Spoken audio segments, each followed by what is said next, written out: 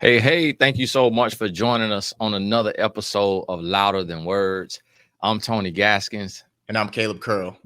Now, today we want to talk about masculinity because we hear about it in a lot of the media, and it's so many podcasts, and we hear these terms red pill, MGTOW, and all these different things. And then also, even with women, women trying to define femininity, trying to define masculinity, and understand how it comes together in a relationship. And I know for myself, I've had to do a lot of growing in my life and in that area and understanding the difference between being a toxic man and a healthy man. And there's just still a lot of confusion around it. Now, Caleb, when you think about that term masculinity, when was it like for you that you came into that word, like had to confront that word in society? Like how old were you? Do you recall? Yeah, I remember like leaving college, and I was probably like 23 at the time. And it was like a shift in the world. I think because Instagram was really popping at that time and becoming a major thing, Snapchat. So social media started buzzing. And I think more people started talking and getting on YouTube. And so that's where it really took off. But I remember I was probably around like 23 where I began to hear toxic masculinity. And I was definitely that at that time, but it didn't regulate like 100%. Like with me, like, oh man, I'm being toxic. But that's when I remember just hearing it, just like buzzing. And then over the past like 5 years, that's just been like the number one word. Anything that has to do with a man, it's like toxic. And you know what? I think about that because for me, it was like a fine balance and trying to figure out like, man, so being a man, like being masculine, you mean that I'm supposed to be tough and I'm supposed to be like a front liner, like a protector, but then at the same time, I can't really have emotions, or I can't be jealous, or I can't be insecure and questioning myself. And so that's where I was struggling as a young man, because I didn't really trust women because Mm, of maybe one experience that I had in college, and then also the way that I was living my life. So early on in my relationships, I was kind of like controlling in the sense of, hey, where you at? What you doing? Who you with? And when I first met my wife, I was 21, and maybe 2 or 3 months into the relationship, of course, she was getting a lot of pressure from her ex-boyfriend. She was like, we need to take a break. And I think it was because of just me being so overly like just not trusting and like, where you at, what you doing, who you with. And rightfully so, she was lying around that time because she was getting a lot of pressure from her ex, and then I was kind of showing some toxic masculinity. And so she was kind of like, man, did I make a mistake type of thing. And we never really fully talked about it, but I was able to pick up on a few things. And so that's when it became like, okay, am I a controlling or insecure man, or am I just intuitive and I can peep game or see when something is off? So yeah. that's kind of led to my struggle. Yeah. It's an interesting thing, man. I was sitting and meditating on it this week, like asking myself, what is a toxic man? And is there for the other side? I've never heard somebody say toxic femininity, you know. But we both have our higher nature and our lower nature, and I think that's what it is. I can sum it up to. I was watching this show one time, and this lady said, "There's in every man there's a dog, and then there's God. The dog has to be trained, and God has to be unleashed." Because I think there is a time to be overly masculine. I think there's a healthy outlet to suppress your emotions. You know, when it's time to do some hard work or do something that's uncomfortable, where you got to block out your feelings and emotions. But then the other side of that dog is knowing, like, whenever you're being led by your sexual urges and you're not thinking with your higher nature, your higher self, you know. And so that's what I look at it now, especially when I pay attention to the story of Adam and Eve, Adam being first man in the garden. Um, to understand what a man is, I think, is to understand and know thyself and to know God and to lead yourself first. And oftentimes for us as men, it's through trial and error. We're not really taught how to be men. We see men here and there, and some of us don't. But a lot of us, I think, just going through school, playing sports, we learn about what manhood is based off of that. And those are things outside of ourselves. So I remember being in high school and like trying to get my props and credit as a man based off of how many women I was sleeping with. Because as guys, we were patting each other on the back for stuff like that. But that's my dog nature. That's not my God nature. That's that lower self. And just like kind of excited, the ego is pushing me. So I think that's what it is whenever I think about defining masculinity and the duality within us.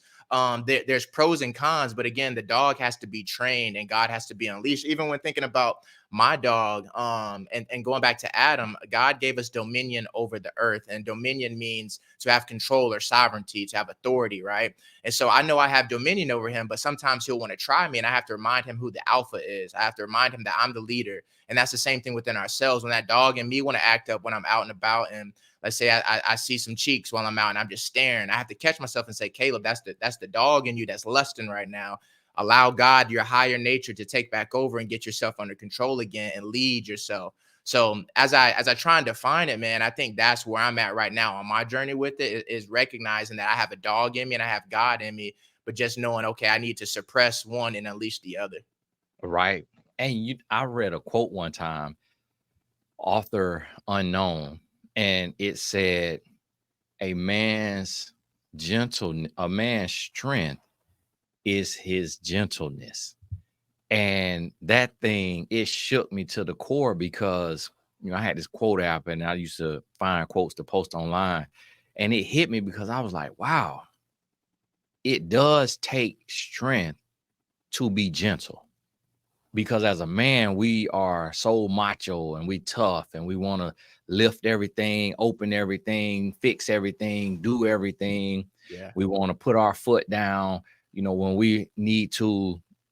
The term that my son uses for the soccer field, assert dominance, and like being that respectable, strong, stoic type of person, but also being able, and in the church world, I've heard it put, the lion and the lamb, and being able to find that balance. But then this term that came about, which I was reading this book called Emotional Intelligence 2.0, that term, as I started to read that book, and I have a client who teaches on that subject, emotional intelligence, I started to realize, like, hey, that right there to me sums up masculinity, in the sense of knowing when you have to be firm and when you have to be brave and when you have to be strong, but also knowing when to be gentle and when to be compassionate and when Yeah. to be vulnerable, like to open up. One of my guys that I met working with the NBA, he has this saying that says, victory to the vulnerable. Graham Betchart, he says victory to the vulnerable. And it's kind of a complex thing to think about, because when you look up the definition of vulnerable, it literally says open to attack or open for Mhm. attack. Wow. And we always talk about being vulnerable as a man and being vulnerable in a relationship, but it's like that word means that I'm open for attack, that I'm not guarded, I'm not protected. Yeah. And but there are times where we have to be vulnerable. And I did it the other day, with my wife, and I sent her this text message, and I was like, man, I'm just feeling this type of way today. Like it's not feeling good today. I'm feeling in a space to where I can't remember what it was. Oh, maybe it was in that morning, and I might have tried to make me a little move or something. And she was like, no. And I'm being transparent just for our viewers and stuff to understand Yeah. that we being real. Yeah. And I think it was she had to rush or she had to go or something like that. And then later I wrote her and I said, I just feel bad right now. I feel less than, I feel worthless, I feel rejected. And Mm, then she expressed it to me and she was like, it has nothing to do with that.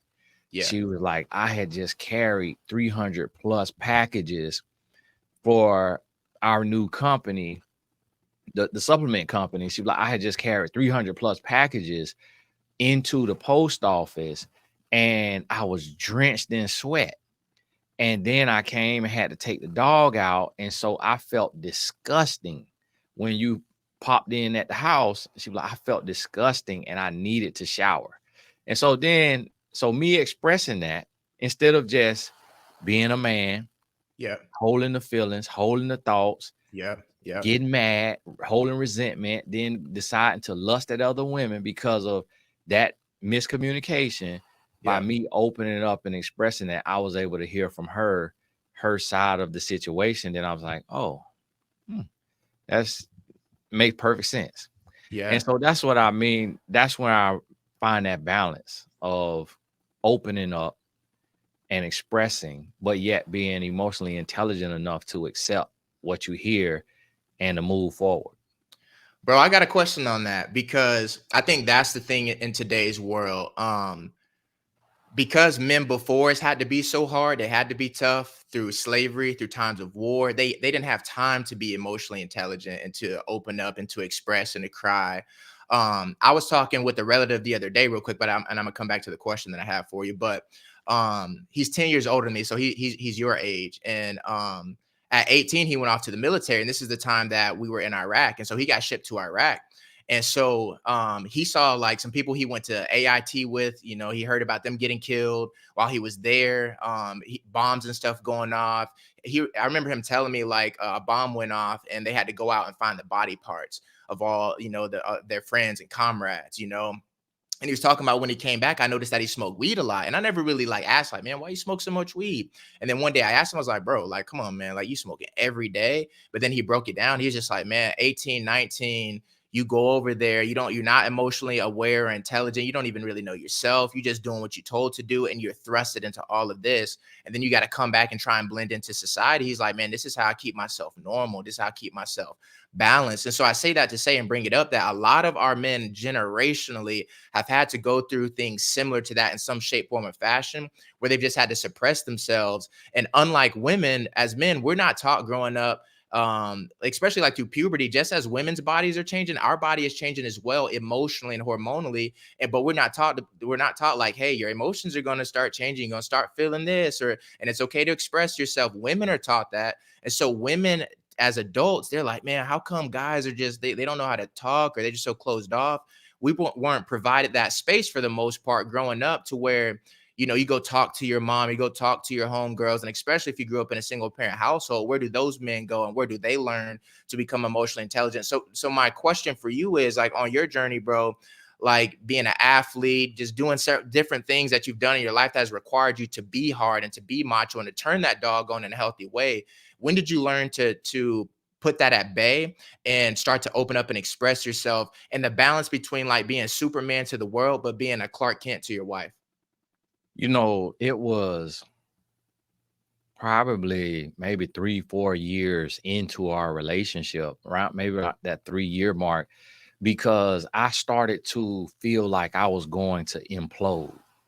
And, you know, we always hear the saying that says pressure, you know, burst pipes. And that's how it started to feel like when you holding in just emotions, you holding in fears, you holding in worry, resentment, it starts to rise. And it's like it's building, it's building, it's building. And then I could feel myself like ready to snap, ready to go off, or just ready to self-destruct, because the things that go on inside of our head as men, if we don't express it, we need to do something to release it or to not think about it. And that's Yeah, where the smoking weed comes in. yeah, I know some guys who smoke every day and yeah, who smoke multiple times a day. yeah. I remember meeting a guy that said he smoked 12 blunts a day. Wow. And then working with pro athletes, with NBA players and NFL players, there were guys that it was normal to smoke 5 times a day, 5 blunts a day. Yeah. And but Yeah. really what I realize is that's just pent up anxiety. Yeah. It's pent up frustration. It's pent up resentment. It's pent up fear. Yeah. But and so what happens is when they smoke or you drink, you get a release. You get a chemical release that relaxes the body because that's what it does. The dopamine or the serotonin or what have you, that release, it brings that relaxation and it's momentary, it's temporary. Yeah. But I have never smoked. And so, although I was out there in the streets a little bit, I never smoked. And I've never been a person to get drunk. I didn't taste alcohol until I was 22. So, I didn't really, and I don't gamble and I don't watch porn. So, I didn't have a vice and I was holding on to this stuff. And my vice was sex before I met Okay. my wife. And Okay. so I was getting close to tapping back into that vice and Yeah. getting back out there and like, hey, I'm finna start, doing what I believe men do Yeah. when we are stressed. And that's when I started to open up. And it's a fine line. It's a fine line because it's like when the levees break, you're a man and you've been holding this in all your life and you've been stoic and Yeah. then you open up, Yeah. that release that also becomes an addictive feeling, and we can run the risk of becoming a nagger or becoming too open, too vulnerable, to where the woman, having not ever been around an expressive man and not growing up and seeing men express themselves, could be like, man, Right. He's you soft. soft, Yep. like you weak, like, Yep. man, what you going through, what all this? And she Yep. may not consider that you're not doing this, doing that. And I remember one time my wife, she said to me, because I was just so open and expressive, to almost to the point I was getting on her nerves. And she was like, we were talking about something and I was like, well, such and such isn't like that because he drinks all day Right. and he goes to strip clubs Yep. and he'll smoke or he'll snort a little line or he'll do his thing. Yep. And she jokingly was like, well, you need to get a vice. and and I said, that's the downside. And that went viral too with Shaquille O'Neal on a podcast where he said, never tell a woman how you feel because she'll use it against you. That And part. that's something that women have to think about as well, because a woman will say, hey, I want a man to communicate. Then he starts communicating and then she's like, okay, now I want him to shut up. Yeah. Yeah. And that's the importance of what we were talking about in the last interview. It was parents seeing the dynamics of the masculine and the feminine in the household, seeing your father express himself to your mother and vice versa, seeing the protection and the comfort. Like it's a yin and yang. It's a flow. It's a back and forth. And that's the beauty of seeing things. And as men, being visual creatures, we need, every little boy needs to see a man. Every little girl needs to see a man too, and see a woman both ways. I think just so much, especially in our community, so much has happened over the past 3 or 4 generations systematically, and men being removed from our communities. And so much has happened that now we're struggling against the sins and the problems of our ancestors. I even think back to like our community and how come it's so over sexualized. Why are single parent households so high? But if we think back to slavery, like we were kind of going back to the dog and god nature. We were kind of just used as cattle and just bred. So just over sexualized. So and thinking about in that time that this is the only release that you kind of know. You out in the field all day, you've been yelled at all day, like all these things. And so this is the only form of therapy that you have. And it's almost like epigenetics that's just passed down. And like some things we're still struggling with.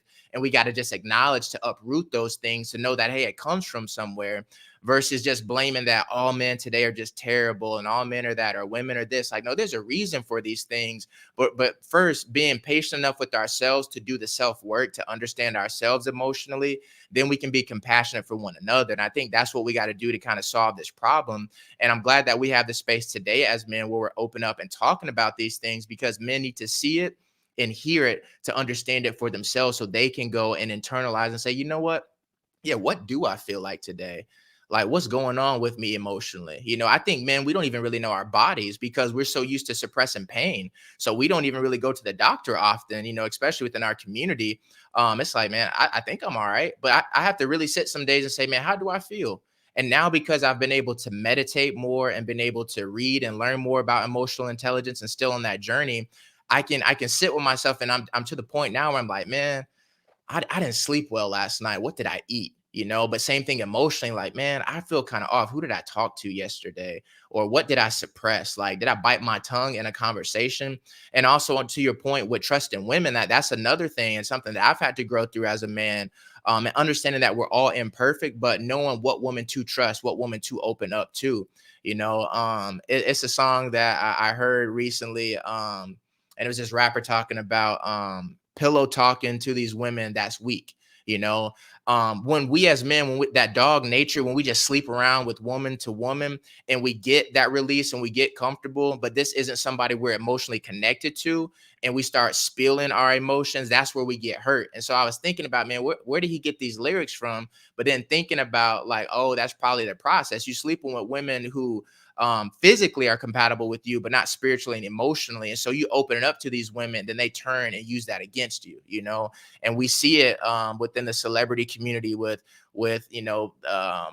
ex-partners coming out saying, well, he's like this in the bedroom, or he do this or do that. That's got to hurt and crush you as a man, to know that this was a vulnerable moment that I shared between me and you release that. So I think it goes both ways. And even tracing it back to like middle school for me, I remember my dad like trying to talk to me before I went to high school. He's like, son, this is a time in your life.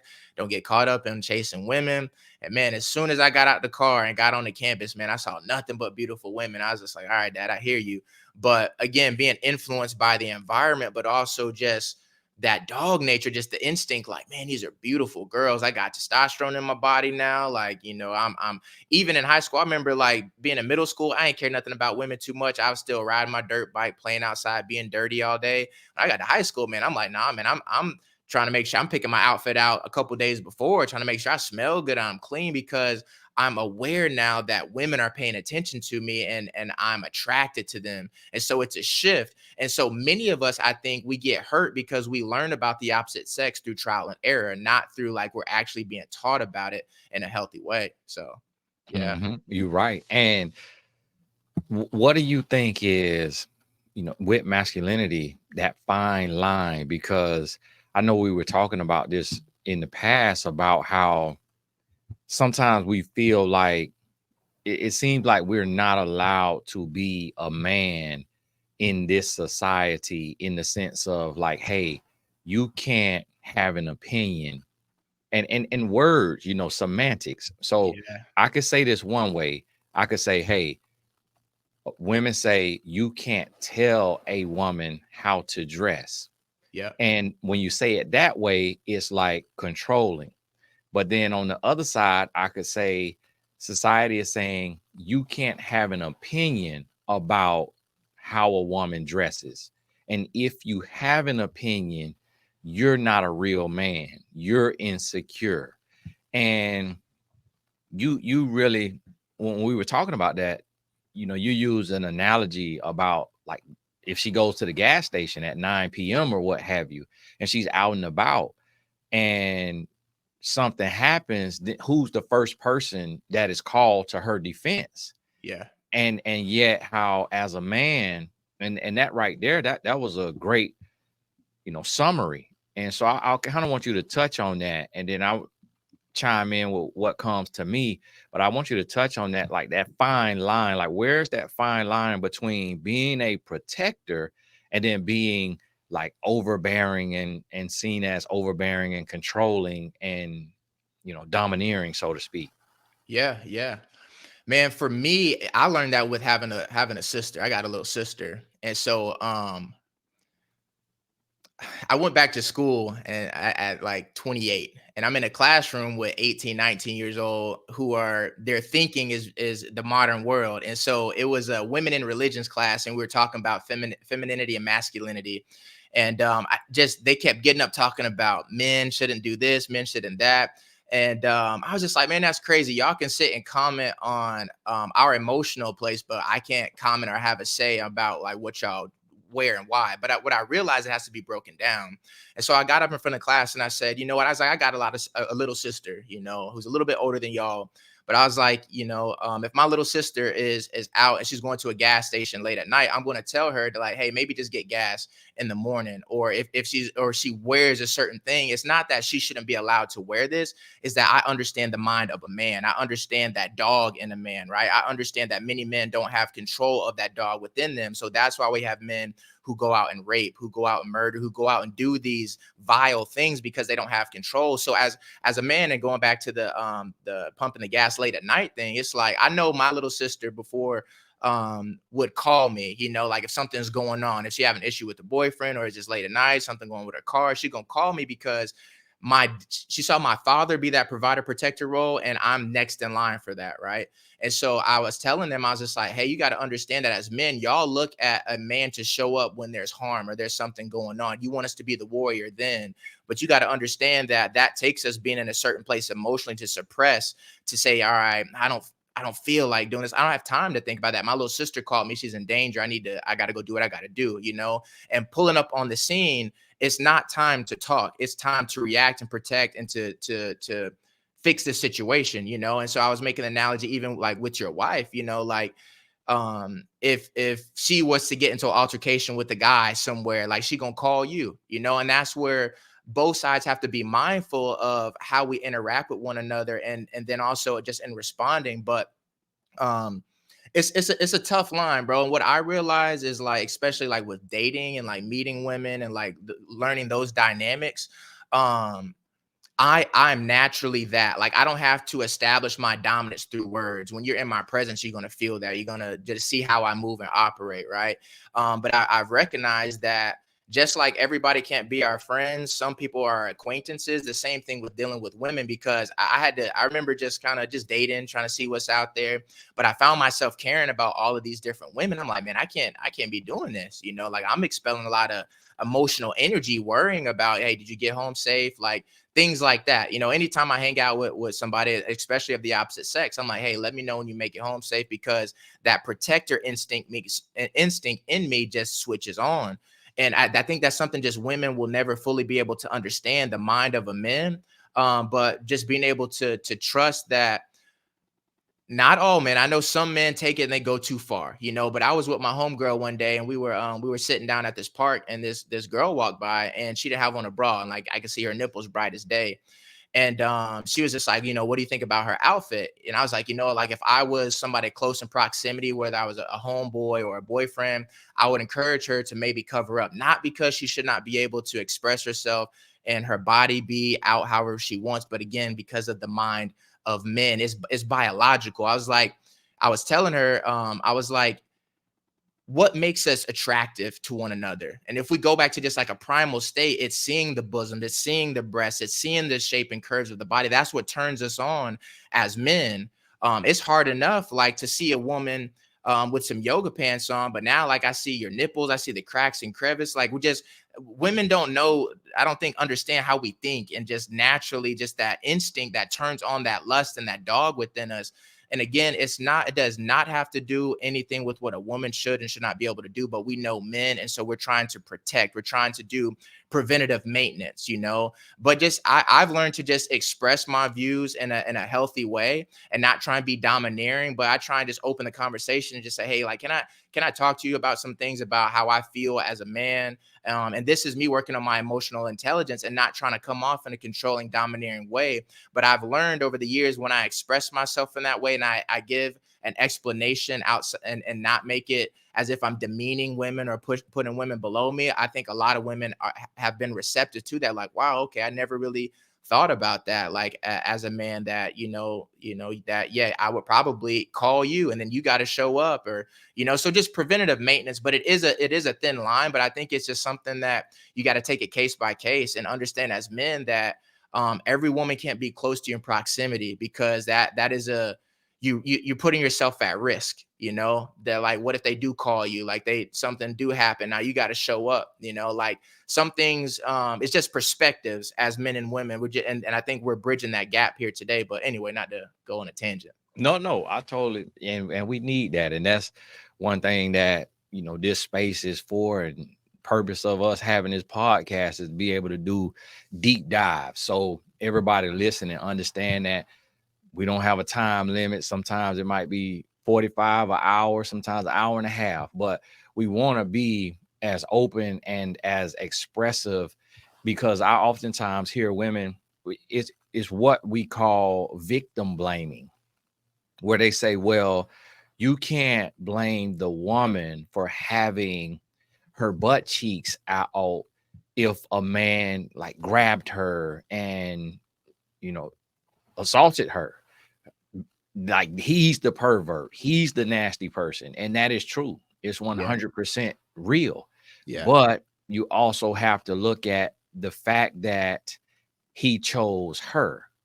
And I remember being on a panel with a celebrity guy's wife, and she had gone through being physically taken advantage of by a man. And she said, I used to dress very provocative, and I would wear very revealing clothes that would send a certain message. But at that time, we had just come into the victim blaming thing that was saying, hey, no matter what you do, there's no responsibility on you for how someone else reacted to your choice. Yeah. And so when she said that, the audience and all the women, and there was a couple other people, and I even had to correct her because I know she was finna get ate alive because of this saying and this thought, this idea that there's no responsibility on the person who it happened to. Where I feel like if we would take and just say, hey, no, it's not my fault, but how can I try to prevent it? And even that, when you try to prevent something, like when you try to prevent sending the wrong message, there will still be men who you can have on a garbage bag and he's gonna catcall or do whatever Right. because that's his sickness. Yeah. But everyday average man could be turned on in a way because of just the scientific response of the male brain Yeah. to the female body. Yeah. So, and us being wired for reproduction. I was Yeah. reading a thing about how if you rub your dog a certain way, your dog could get stimulated and your dog could be like get it go into heat, Yeah. like from and start to feel like a movement. And I'm like, wow. And then I seen this thing where online, I don't know if you've seen it. Did you see the one where the two young girls were with their dad and they're brushing the side of the horse? And then the horse's body starts to react and his thing gets Yeah. long and hard. And I'm Yeah. like, and I mean, it looked like a water hose. I'm like, what? And they was like, Daddy, he using the bathroom. Like I think they thought it was a number two bowel movement. And the dad was filming it and he just kind of chuckled because realized, and it's like, this a horse. That horse don't want to do nothing with these little girls, but Right. the body just reacting. So it's even an animal instinct. Yeah. And so I think about like that spiritual warfare of you have these spirits that may be like, let's say it could be a Jezebel spirit or a succubus spirit or whatever type of spirit, to where it kind of, because of the music, because of the media, you could be feeling a little fresh, fast, Yeah. mannish, as we in the South, those are words. And so you want to have your nipples out or you want to have your butt cheeks out. You want to show that physique. Yeah. But with every action, there's an equal or greater reaction. Come And on. so you could do this and be completely innocent with it just because you want to feel sexy as a woman. But then the man could see that and be like, whoa, like that outfit is like 70% of the way to her being naked. And when he sees that amount of skin, that a much body, he naturally reacts. Yeah. And if he's not conscious, he could catcall. He might reach out to grab. He might Yeah. grab her arm. He might that dog Yeah. gets turned on, and that's what I try to think about, like not controlling a woman, but helping a woman, like you say, understand the mindset of a man. And I have this situation with my wife all the time, to where it's like, baby, I'm not trying to tell you not to cheer at the soccer game, but you can't yell at other parents on the other team and Yeah. stand up and you look at them and grill them, because she did that one time, and the mom kind of realized she could get whooped. So the dad spoke up to my wife. So then I had to get up. And when I stood up, I'm like, hey, calm down. Watch yourself now. And then he was like, I'll knock you to L5. I'll knock you to L5. And then I'm like, they'll read about you. And then he's like, I'll knock you to L5. I said, you don't even know who you're talking to. And then the next day, I literally had to come to the game with my basketball shorts on, with a belt up under my shorts, with a gun in the belt, with the belt holding the gun, because I didn't want to wear jeans. Yeah. And just in case, because it was a tournament, I saw the dad again. But Mm, that next day, he kind of like had chilled out. He didn't say nothing to me. He stayed away. But I know in Florida, everybody is strapped. yeah. So I'm like, if we get into a tussle Yeah. and he tries to do what George Zimmerman did to Trayvon Martin, God rest his soul, I need to have protection on me too. Yeah. Because if I go to whooping him and he could say, oh, I felt in fear of my life, so I grabbed my piece. Now, and here we get to this point just because of my woman getting overly passionate and feeling like she can whoop a man. Yeah. But as soon as it get real, she shrinks and she looked to me. And I'm like, you got me in this situation Right. and I could be taken away from my children. Right. And Right. Yeah. so that's where that line of masculinity, when what I want women to understand is that there is a fine line. And to any woman that watches this, in addition to the men, to the ladies, understand that if you have a man in your life, a son, because your son could be protective, a husband, boyfriend, brother, that not all the time when we try to put in some precaution or some boundaries for you and say, hey, maybe don't wear that to there. Like Right. that's different if you're going to the beach, but Right. not if you're going here, Yeah. because this could trigger this. To Yeah. understand that if the man is coming from the right place and he is leading the right type of life, like he has a heart for you, then that's a system of protection so that Yeah. we can prevent war instead of having to just engage in it when Yeah. something happens. Yeah. Yeah. And I don't know if you had to go through that, Caleb, with your young sister, but I have a sister as well. And it was some times that she called me after they put hands on her and she want me to like take their life.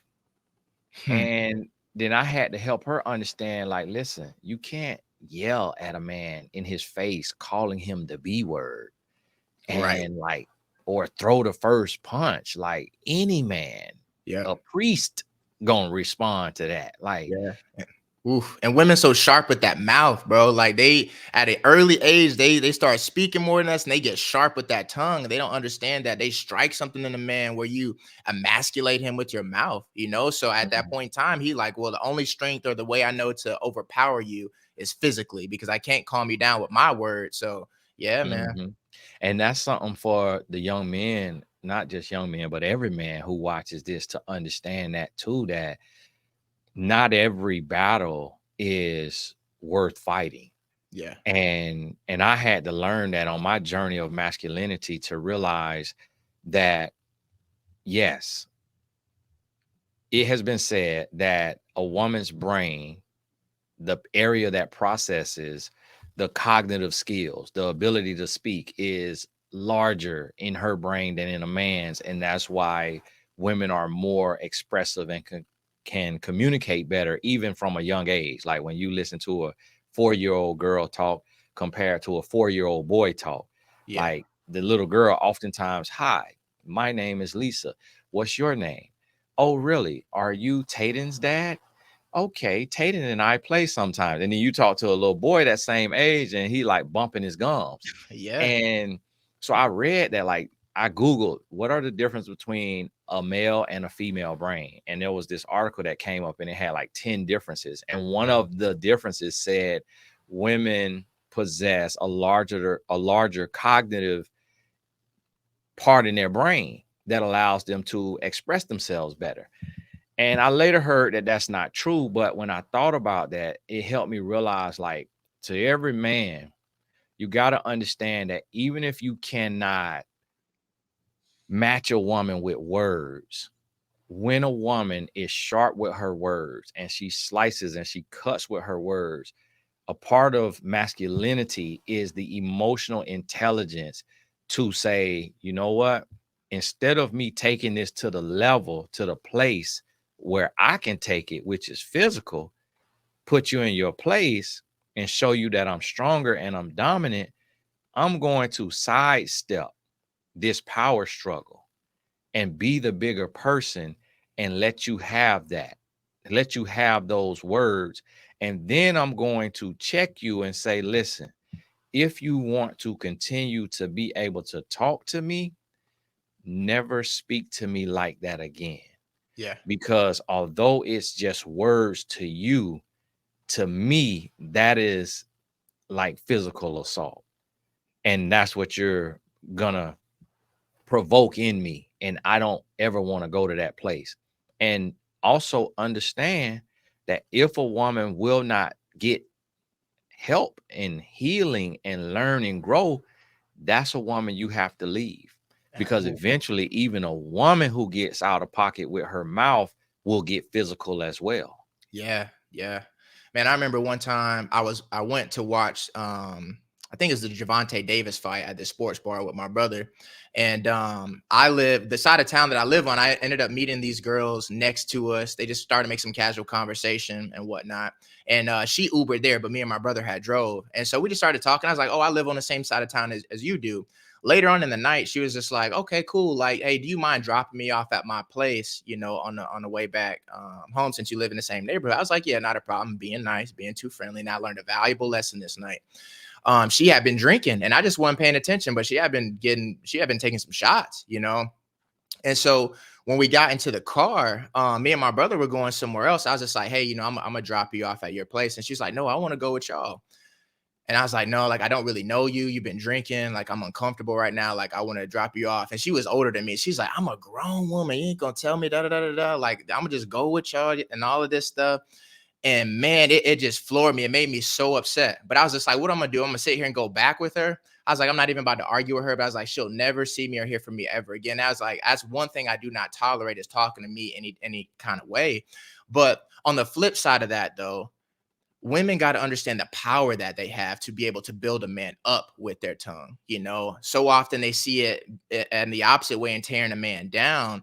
I was thinking about, as we were talking about what you're saying about little girls speaking at an early age, but I think at an early age, what happens is when a little girl cries, we go and console them. We pick them up. Oh, what's wrong? Like, it's okay. But with a little boy, we're like, hey man, suck it up, be strong.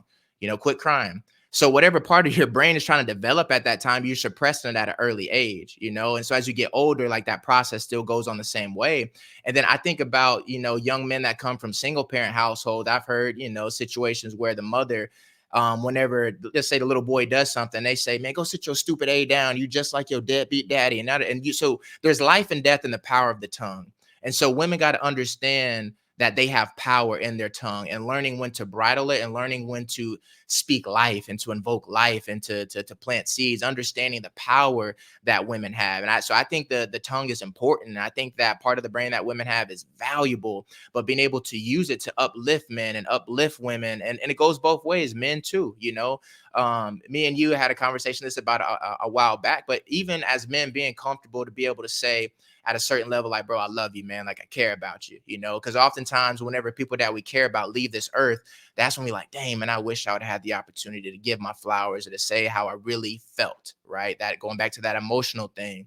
But it starts with just, again, having these conversations, bridging the gap, but going and doing the work on ourselves to be able to identify our own emotions, to be able to um, say this is how I feel because X, Y, and Z happened to me. And even knowing how to present that safe space, that's something that I've had to learn too, in trying to talk to women and express my emotions. And in the heat of the moment, I've learned to not try and talk to a woman, because no matter what I say, you're not going to hear me because your emotions are riled up right now. You're only going to want to hear your perspective.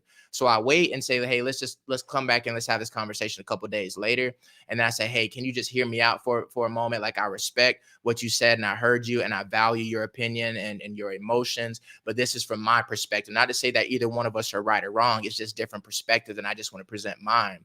So it's a learning process, and I'm still on mine. But I think I really feel in my heart that as men, we're shifting right now. I really feel like God is calling men's heart back to Him, and we're changing. We're getting new knowledge and information, and I think that we're going to be a part of a cosmic collision of men changing in the world today, you know. But we can't do it alone, though. It's not just us as men. We need the help of women. Women, we need y'all to understand your power. And if you're going to date and be in a man's life, understand the power of your words and what you say to him, and also protecting your emotions until you know that you can truly trust this man. I think what happens in relationships and dating, what I notice with women, when a man makes a woman feel physically safe, and if we're not careful and intimacy gets involved, it clouds us emotionally and logically. And then so that's where a lot of hurt comes into play. So I think, like, even just dealing with the opposite sex, like learning how to just simply be a friend and say, man, let's keep intimacy off the table.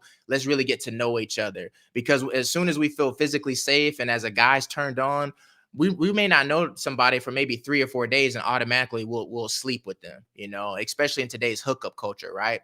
But the damage that causes to one another emotionally is so toxic. And then so we end up repeating this cycle and pattern of just being emotionally unavailable because we're physically available, but we haven't taken the time to really get to know each other inside and out before doing such a sacred, intimate thing such as having sex with one another. And that's powerful. And I think if people would think about that more, it would start to bridge the gap between men and women. And I sat down one day and the Lord gave me this 4 levels of love. And level number 1 is lust. And level number 2 is like. And level number 3 is love. And level number 4 is self-love. And the way that it was broken down in my spirit was, we lust after a woman. And before we can even like the woman, like her personality and who she is, we're sleeping with her. Yeah. And then when you sleep with someone, you go from lust and you skip over like. And then you are in a situation where you're supposed to love because you're sleeping together. So, and you go into a relationship because you're sleeping together, or like a situationship or friends with benefits. Yeah. But you skipped over liking the person. And that takes time. That may take 3 months, 6 months. But in our culture, you're sleeping with somebody on the first night a lot of times. And if not the first night, it's at least with by the third date, Yep. the fifth date. And women of all ages, men of all ages, all backgrounds, people who call themselves, who profess to be a Christian or a Muslim or whatever type of faith that speaks against sleeping with someone before marrying them, are also sleeping with people before marrying them. Yeah. and just throwing that belief to the side. Yeah. And then you go to the love space where you're sleeping together, but you don't have like, and so therefore you don't have real love. And then when you don't have real love, you never elevate to the level of self-love, which is the level where you can love someone else, but you also love yourself enough that if they're not reciprocating, you walk away. Yeah. And that's why people say, like, oh, I love you more than I love myself. And that's not the space we should be in either. And that's why people say, you love this person, but, or I love this person, but I don't even like them. And that's what happens when sex is involved Yeah. too soon, to where you love them because of that emotional tie, that emotional bond through that intercourse. But you, when you look at their personality, you're like, do I even like the way this person treats people, the way they talk to people, the way they laugh, the way they hold a conversation? Yeah. And I think if people will understand that, and we start to realize that, as a culture, that will make a huge difference in our relations. And I think that is the reason for the vitriol from women and from men on podcasts, where both sides are bashing the other side, because you're gonna go into a space of resentment when you have introduced something that is supposed to be saved for a godly covenant. Yeah. That's how the adversary perverts purity and what God intended. So now, instead of being a team, you end up being opponents, Yeah. because you inverted the process that God put in place. And Yeah. so that's something that, and we definitely gonna have to, Caleb, have a series on masculinity, because there's so many points that we could hit. We could be on here 4 hours today, and it's so many nuances to it. So as you all watch this, if you have questions, comments, keep it respectful and mindful, because I'm known to block. Caleb, he might let you slide. I will get with you. And so, but we'll be checking the comments for future topics and for your questions. Share this. We know that a lot of times with stuff like this, when it's healthy and it's not bashing women, sometimes it doesn't get to the good men. Like, people don't share it as much. So do us a favor and share this with every man who is in your life, brother, father, boyfriend, fiance, husband, because we also want to have more men watching this as well with Absolutely. the ladies, so that we can create a healthy dialogue on both sides Yeah. and not just be one-sided on every discussion. Yeah. So thank you so much. Caleb, any last words? Yeah, to close out, I think to give people a direction, especially the fellas out there, because I'm a single man, and I'm not trying to act like I'm above it. I go through the same sexual struggles and temptations and battles as any other man.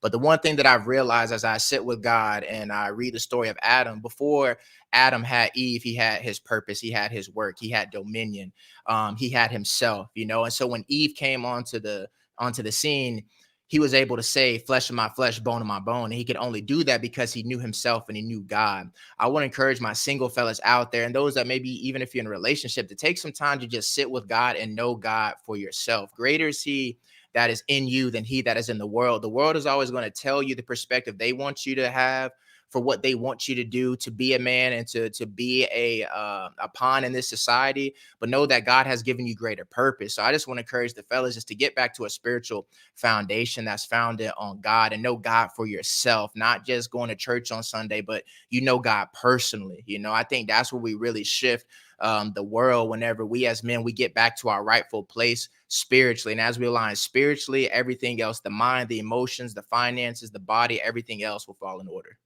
Amazing.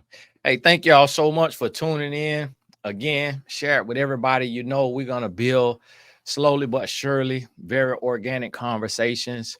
God bless you, and we will talk soon.